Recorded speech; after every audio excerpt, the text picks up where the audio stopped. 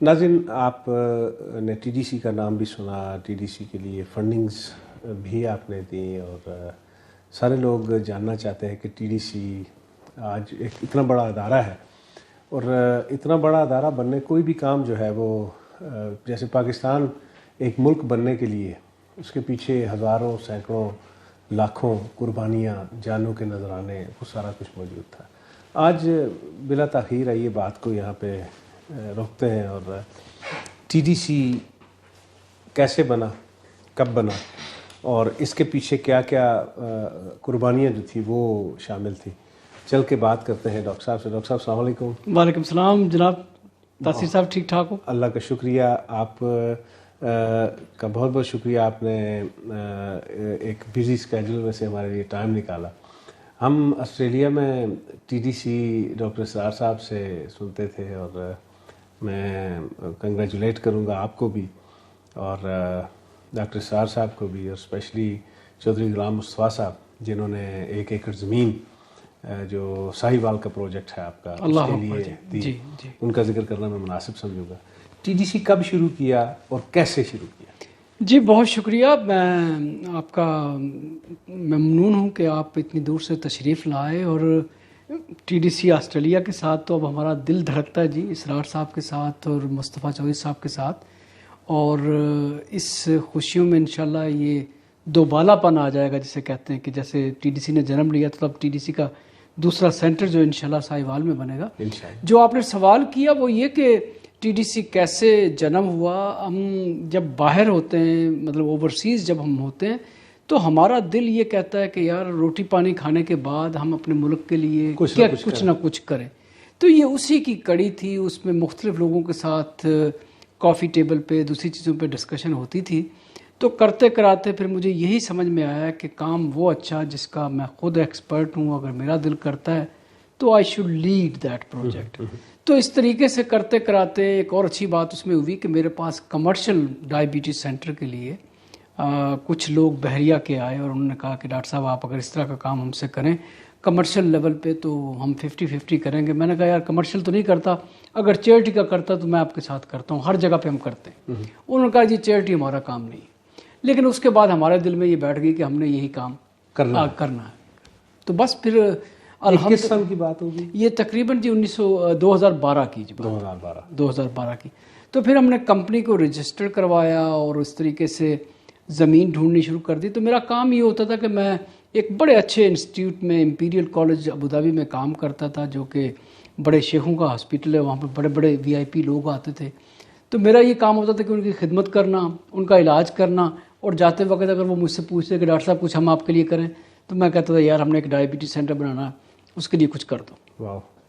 تو کرتے کراتے مجھے اچھی طرح یاد ہے کہ ایک ینگ بندہ آیا اور اس نے مجھ سے بات کی، تو میں نے کہا کچھ کر سکتے ہو؟ اس نے کہا جی میں بتاؤں گا آپ کو۔ شام کو اس نے مجھے فون کیا، ڈاکٹر صاحب میں کیا کر سکتا ہوں؟ تو میں نے کہا مجھے ایک زمین کا ٹکڑا چاہیے جی اسلام آباد میں۔ تو وہ مجھے کہتا جی میرے پاس ہیں، طاہر صاحب ہیں اپنا سعودی عرب میں، میں آپ کو نمبر بھیجتا ہوں، آپ ان سے فون پہ بات کریں۔ میں اتنا سادہ آدمی کہ میں نے اسے وہ فون نمبر ان کا گھمایا اور میں نے کہا طاہر صاحب مجھے زمین چاہیے، تو وہ ہنسنے لگ گئے۔ تو وہ کہتے ہی نہ کوئی آپ سے جان نہ کوئی پہچان، لیکن میرا وہ جذبہ ایسا تھا کہ بھائی میں مانگوں گا، I have to do it۔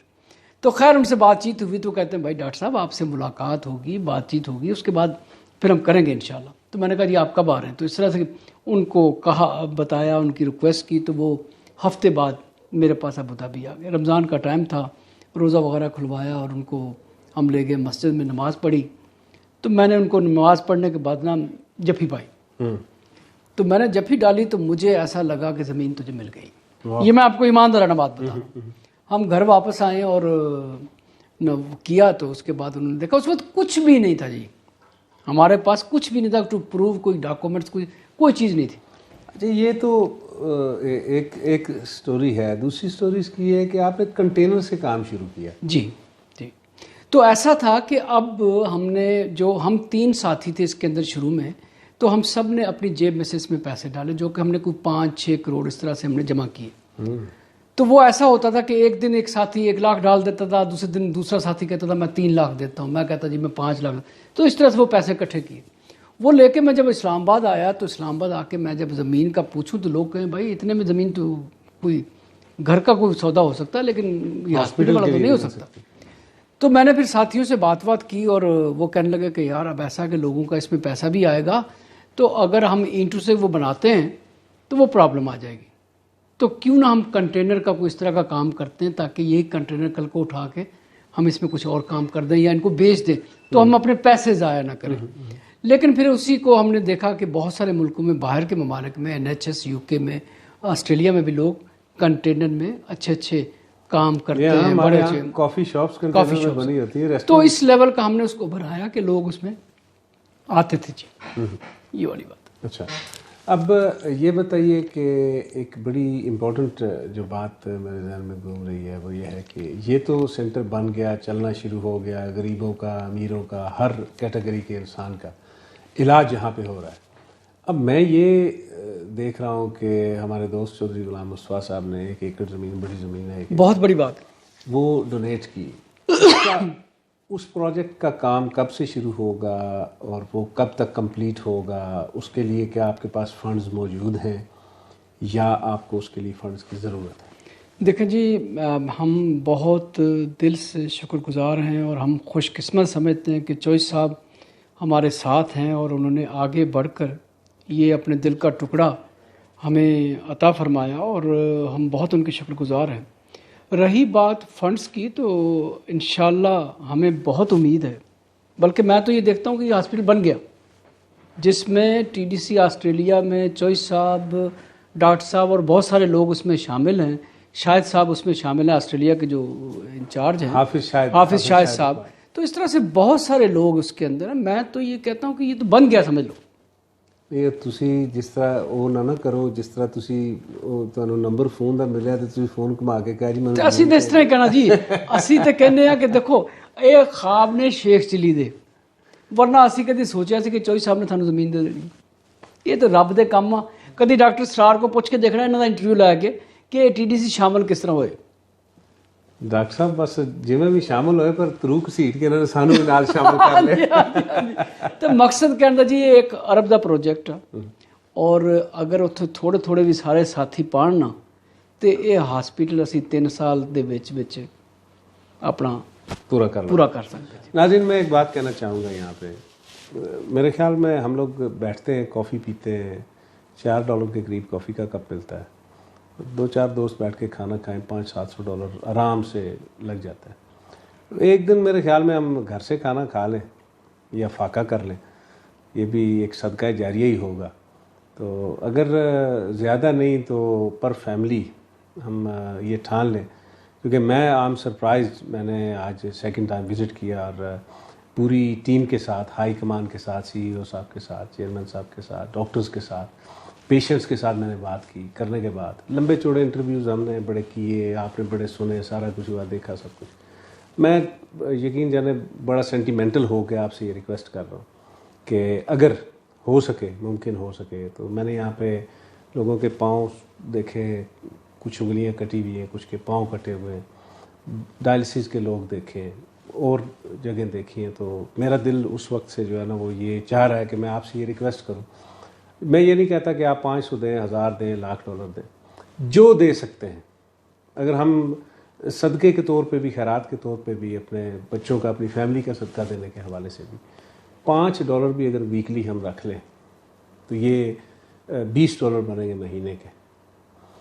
اور سال گزرتے, مہینے گزرتے ٹائم نہیں لگتا اگر ہم یہ ٹھان لیں کہ ہم نے TDC کی سپورٹ کرنی ہے. میں یہ بھی کہوں گا شوکت خانم بھی بڑا اچھا کام کر رہے ہیں, عیدی کر رہے ہیں, اور جو ہاسپٹلز یہاں پہ چل رہے ہیں وہ بھی بڑے اچھے لیول پہ کر رہے ہیں. لیکن پاکستان کے اندر جب سے میں یہاں آیا ہوں میں نے دیکھا ہے پاکستان کے اندر 2 مسائل ہر گھر میں موجود ہیں اور یہ بہت بڑے مسائل ہیں اس دور کے. وہ سب سے پہلا مسئلہ ہے ڈائبٹیز اور دوسرا مسئلہ ہے ایکسیس آف ویٹ. لوگوں کے ویٹ بڑے ہوئے ہیں, ڈائبیٹک ہیں, اور کئی لوگوں کو پتہ ہی نہیں ہے کہ وہ ڈائبیٹک ہیں بھی یا نہیں. اس کی وجہ سے گینگرینز کے پرابلمس ہیں. یہ TDC بہت اچھا کام یہاں پہ کر رہے ہیں. اور میں نے ڈاکٹر سے, ڈاکٹر سار صاحب سے اور جو ہائی کمان ہے یہاں کی, ان سے ملنے سے پہلے جب میں ہاسپٹل میں آیا تو میں نے رینڈملی خود چیک کیا, کچھ لوگوں سے میں نے بات کی, وہ ریکارڈ نہیں کی میں نے اس لیے کہ میں چیک کروں کہ جہاں پہ میں آیا ہوں کیا وہ واقعی کام کر رہے ہیں یا یہ سارا دنیا کو جو ہے مطمئن کرنے کا ہے. یہ ریئلی کام کر رہے ہیں, بڑا اچھا کام کر رہے ہیں.